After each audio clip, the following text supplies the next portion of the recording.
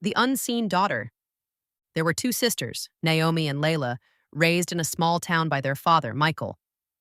Their mother had left when Naomi was 4 and Layla was barely a year old. Too young, too overwhelmed, too afraid of motherhood. She was 20 when she disappeared, just a whisper of perfume and a half-written goodbye note folded on the kitchen counter. Michael tried.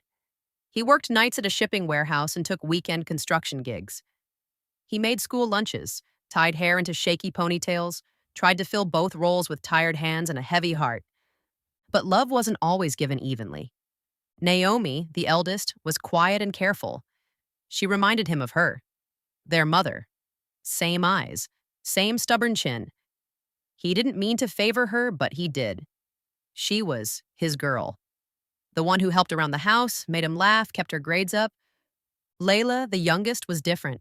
She cried more, asked harder questions. She had her mother's wild spirit and none of her face. And some relatives, when they thought no one was listening, would lean in close and whisper things. She doesn't look like Michael, does she? You ever wonder if she's really his? I always thought she was different. Layla heard them. She didn't know who she belonged to. She didn't feel like she belonged at all. Her father never said the words, but sometimes his silence screamed them louder. The way he hesitated before hugging her. The way he called Naomi sweetheart and called her just, hey. The way he forgot her birthday once and didn't even notice. She started pulling away.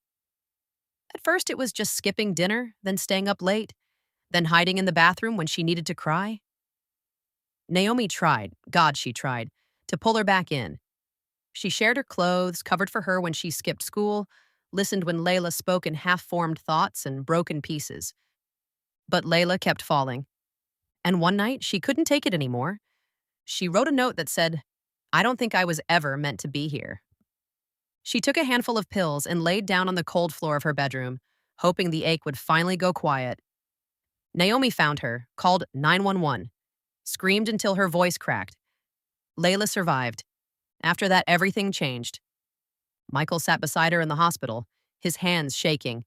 And for the first time in years, he cried, I don't care what anyone says, he told her. I don't care about DNA or blood or mistakes. You're mine. You've always been mine. He apologized, not for what he said, but for what he didn't. For the years he let her believe she was unwanted, for not protecting her from the cruel tongues of others, for not loving her the way he should have. And it wasn't perfect after that. Healing doesn't erase the scars. But it started something. Layla slowly came back to herself. She started writing in journals, seeing a counselor. She and Naomi talked more than ever before about their mom, about fear, about what it meant to grow up half-loved and half-lost. And one day, years later, Layla stood in front of a high school gym full of students, reading a poem she wrote for Suicide Awareness Month. She said, sometimes the people who abandon you teach you how to raise yourself. But it's the ones who stay, even when they don't know how, who teach you how to keep going.